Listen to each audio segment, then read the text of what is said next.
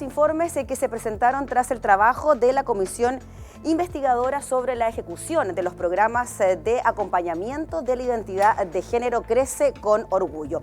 Finalmente, el informe que tuvo los votos para su aprobación fue el presentado por la oposición. En este se plantea el fin a los programas de acompañamiento Crece con Orgullo, además del término de los tratamientos hormonales y el fin de las cirugías de cambio de sexo para personas menores de 18 años. Diputada, ¿por qué cree usted que fue importante indagar sobre el funcionamiento de estos programas de acompañamiento a la identidad de género Crece con Orgullo?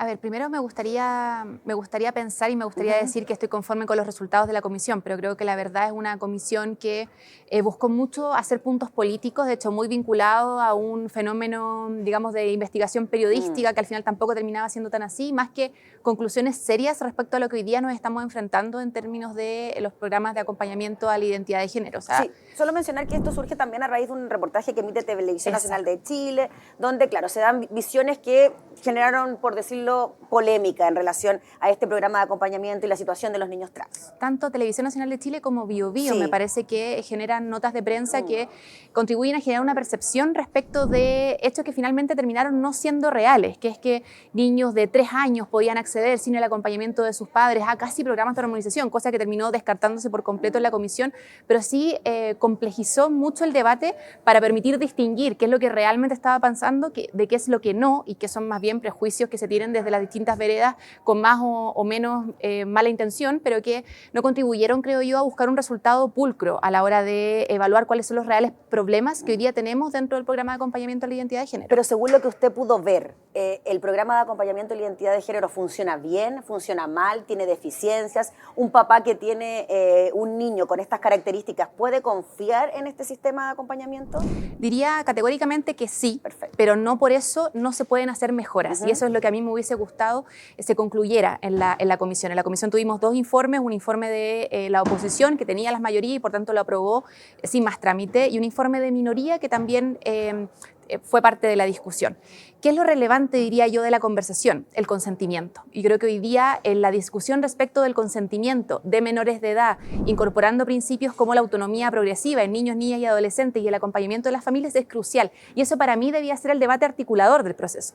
¿Qué quiere decir debatir respecto del consentimiento? Que evidentemente un niño o niña de 3 años no va a acceder de manera, digamos, de mutuo propio a un programa de acompañamiento. En el caso de los niños de 3 años van siempre acompañados de sus padres o tutores. Ellos son quienes dan el consentimiento para acceder a los programas y luego, en función de cómo avanza la autonomía progresiva de niños, niñas y adolescentes, se va evaluando la posibilidad de que los niños por sí mismos decidan, por ejemplo, acudir a un programa de acompañamiento psicológico para buscar su identidad de género, cuando pertenecen, creen ellos, a un género no conforme. Sí, lo que se decía, diputada, es que un menor de 18 años quizás no podría tener la capacidad de tomar una decisión de participar o no en estos programas de acompañamiento y que ahí deberían ser los padres los que entregaran esa autorización. Pero se daba una confusión bastante grande, porque una cosa es preguntarnos si un niño de 14 años, 15 años, 16 años puede asistir de mutuo propio a un programa de acompañamiento, que yo pensaría que sí, porque es el marco de la evaluación de la autonomía progresiva de un adolescente, pensando de que es solo además acompañamiento psicosocial, que idealmente esté involucrada la familia.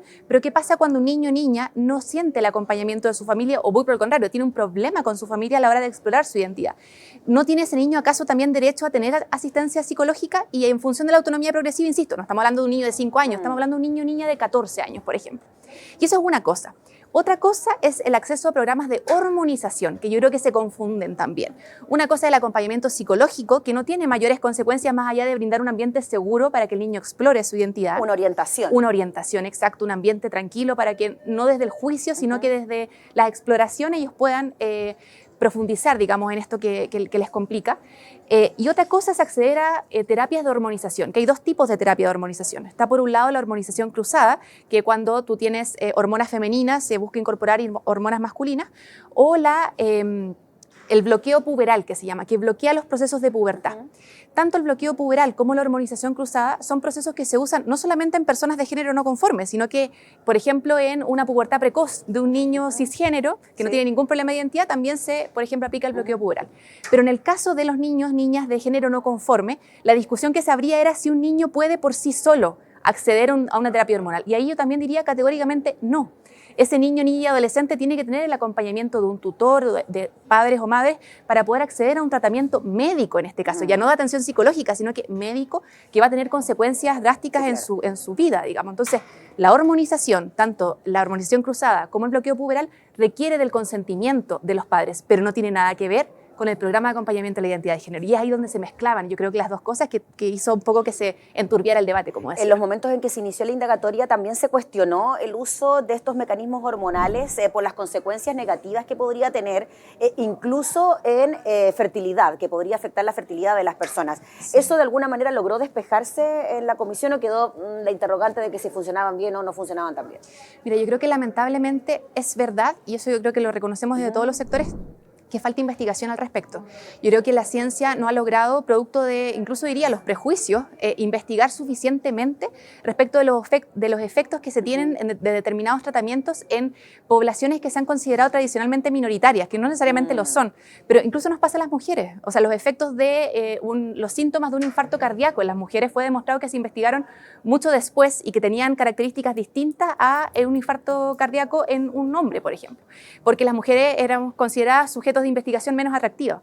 En el caso de las personas de género no conforme, falta también investigación científica y suele pasar en poblaciones que se consideran minoritarias, errónea o no, digamos erróneamente o no, pero yo diría que ahí sí hay una brecha que hay que cubrir con más ciencia, con más investigación, para poder tener muy clara cuáles son las consecuencias y que finalmente el consentimiento de las personas, de los adolescentes acompañados de sus familias, pueda ser pleno, pero en ningún caso puede limitarse la libertad, a mi juicio, de una persona que tiene los mismos derechos que otra de acceder o no acceder a un tratamiento. Y creo que eso es lo que también se está poniendo en cuestión hoy día. Diputada, decíamos que en esta comisión hubo dos informes, uno de mayoría que fue aprobado por la oposición, y en este se plantea tajantemente suspender inmediatamente la ejecución del PAI, de este programa, sí, y tampoco realizar algún tipo de tratamiento de bloqueo puberal u hormonización cruzada para cualquier menor de edad diagnosticado o no con disforia de género. ¿Cómo ve usted esas conclusiones que podríamos decir quizás las más importantes de este informe? Y las más dramáticas, diría, sí, también. Es muy complejo que un adolescente acompañado de sus padres, padres que lo han visto sufrir, que lo han visto estar muy complicado en términos personales, sufrir afecciones incluso como depresión, a propósito de un género no conforme, a propósito de una exploración de identidad de género que no ha encontrado un lugar adecuado dentro del establecimiento educacional, por ejemplo. Lo que está diciendo el resultado de la comisión es que le impidamos a esos padres poder proveerle el tratamiento adecuado a su adolescente, por ejemplo. Y eso a mí me parece brutal porque atenta no solamente contra la libertad de los padres de elegir la educación de sus hijos, que ya por sí podría ser un problema, sino que el derecho del mismo adolescente de acceder a un tratamiento que en caso de ser una persona cisgénero, heterosexual, no tendría absolutamente, cisgénero más que heterosexual, no tendría absolutamente ningún problema. Entonces es una discriminación arbitraria el que se establece respecto a un adolescente con pubertad precoz que puede acceder a un tratamiento de bloqueo puberal, por ejemplo, versus un adolescente de género no conforme que no podría acceder al tratamiento pese a tener el consentimiento de los padres porque la comisión lo señala. Entonces, me parece muy, digamos, visual o muy evidente la discriminación que se establece ahí en ambas conclusiones. Sí, porque puede existir el caso en que un adolescente no está conforme con su género, los papás están de acuerdo con realizar algún tipo de proceso de acompañamiento, incluso tratamiento hormonal con el consentimiento de los padres, que claro, ahí podría ser como, comillas, el mejor escenario. Exacto. Pero ¿qué pasa en aquellos otros escenarios, diputada, que fueron parte también de las denuncias de estos programas y radio, de televisión y radio, donde los papás no se sentían conformes con los programas de acompañamiento y que se sentían de alguna manera pasados a llevar en cuanto a los dictámenes que podrían obligar a estos niños a sí participar de estos programas cuando ellos no estaban de acuerdo? ¿Qué pasa en esos casos? Primero, yo creo que siempre es importante que sea la familia la que sea parte del proceso, la familia o el tutor, el que sea, el tutor o tutora la que sea parte del proceso, porque siempre es importante que los niños, niñas y adolescentes estén acompañados en eso.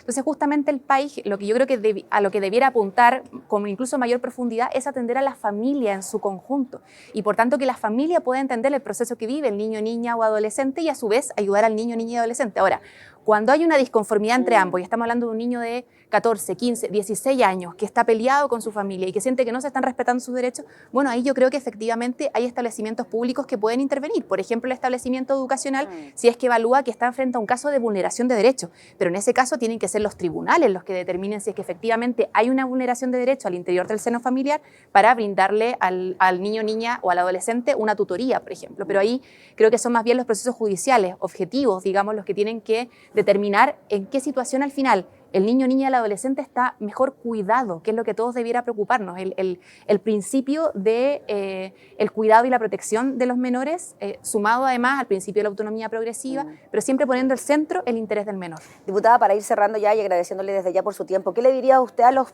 padres y a los menores que se encuentran en circunstancias como esta y que de alguna manera quedan un poco en el aire con estas determinaciones, situaciones? En su momento en la discusión presupuestaria también se cuestionaron los recursos para este programa. ¿Cómo lo ve usted en términos generales? De hecho, en el Tribunal Constitucional interpusimos un requerimiento de inaplicabilidad por inconstitucionalidad porque en la discusión de la ley de presupuesto se estableció la imposibilidad, por mayoría, la imposibilidad de que el Estado destinara recursos desde el Ministerio de Salud a los programas de hormonización cruzada o de bloqueo puberal, cosa que para mí al menos resulta una evidente discriminación arbitraria y atenta contra los principios constitucionales más básicos por esta distinción que hace, arbitraria insisto, entre una persona cisgénero que pueda acceder al tratamiento y una persona de género no conforme que no podría hacerlo. Y en ese sentido creo que en primer lugar hay que decir de que está bien tener un género no conforme. Y creo que por más obvio que sea, está bien ser persona trans en Chile, está bien si sienten que el género con el que nacieron no está conforme con su género de identidad. Y creo que tener que decirlo así representa un retroceso cultural importante, porque a mí me parece que habíamos avanzado en materia de reconocimiento, de respeto, de cuidado y autocuidado social de personas trans, por ejemplo, y que hoy día se esté poniendo en juego y que tengamos que decir que está bien ser persona trans, que se tienen que respetar tus derechos, que tienen los mismos derechos que una persona cisgénero, creo que es algo que hoy día es necesario reafirmar. Y en segundo lugar, decirle a las familias que yo creo que siempre tenemos que acompañar los procesos de los menores, incluso aunque a veces no los entendamos. Creo que a veces es muy difícil comprender el proceso por el que está pasando nuestro niña y adolescente, pero lo más importante es que estemos ahí porque somos las personas que los queremos, que queremos lo mejor para ellos. Y a veces hay muchas cosas que nos cuesta entender, pero para eso también podemos recibir ayuda externa, no desde los prejuicios, sino que desde el cariño y desde el amor.